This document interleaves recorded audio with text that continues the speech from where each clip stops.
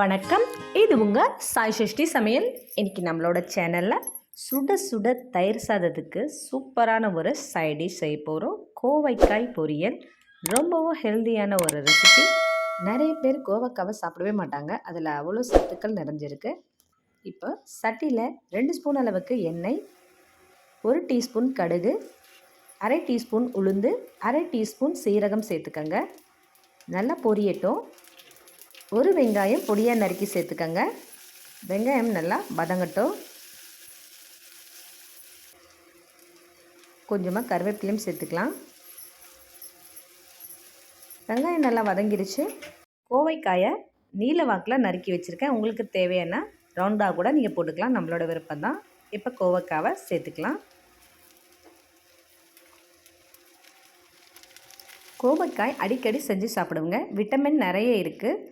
Sugar patient தாராளமாக சாப்பிடலாம். கெட்ட கொழுப்புகளை நீக்கிற தன்மை இருக்குது. முடி கூட நல்லா வளருங்க. அடிக்கடி செஞ்சு சாப்பிடுங்க.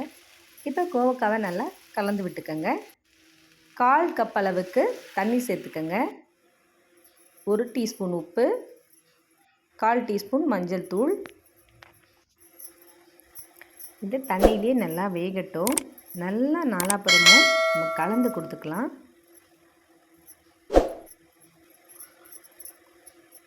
இப்போ மூடி போட்டுட்டு ஒரு 15 நிமிஷத்துக்கு அப்படியே வேக விடுவோம்.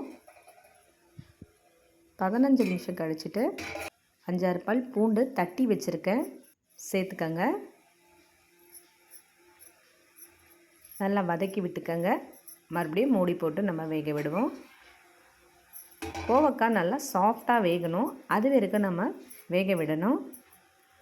1 டீஸ்பூன் தனியாத்தூள், அரை டீஸ்பூன் சீரகத்தூள், குழம்பு மிளகாய்த்தூள் 1 டீஸ்பூன் அளவுக்கு சேர்த்துக்கங்க. எல்லாத்தையும் சேர்த்து வதக்கி விட்டுக்கலாம். நம்ம எந்த மசாலாவும் தனியாக ஆட் பண்ண போகிறதில்ல. தேங்காய் கூட சேர்க்க போகிறதில்ல. அப்படியே சாப்பிட்லாம், அவ்வளோ நல்லது. எல்லா பக்கமும் படுற மாதிரி நல்லா கலந்து விட்டுக்கோங்க. கோவைக்காயில் இரும்புச்சத்து, கால்சியம், விட்டமின் B1, B2, நார்ச்சத்து ரொம்ப அதிகமாக இருக்குது. அடிக்கடி செஞ்சு சாப்பிடுங்க. சாஃப்டாக நல்லா வெந்துருச்சு. இப்போ கொஞ்சமாக கொத்தமல்லியை தூவிட்டு ஸ்டவ்வை ஆஃப் பண்ணிக்கலாம். அருமையாக இருக்குங்க. தயிர் சாதம், ரசம், சாம்பார் இது கூட வேணாலும் சாப்பிட்லாம். அவ்வளோ டேஸ்டியாக இருக்கும். இன்றைக்கி தாளித்து எடுத்து வச்சுருக்க தயிர் சாதத்தோடு தான் நம்ம சாப்பிட போகிறோம். வீட்டில் செஞ்ச மாங்காய் ஊறுகாய். நான் ஆல்ரெடி வீடியோ போட்டிருக்கேன் மாங்காய்க்கு. செஞ்சு பாருங்கள். எப்படி இருக்குன்னு சொல்லுங்கள். மறக்காமல் சேனலை சப்ஸ்கிரைப் பண்ணுங்கள்.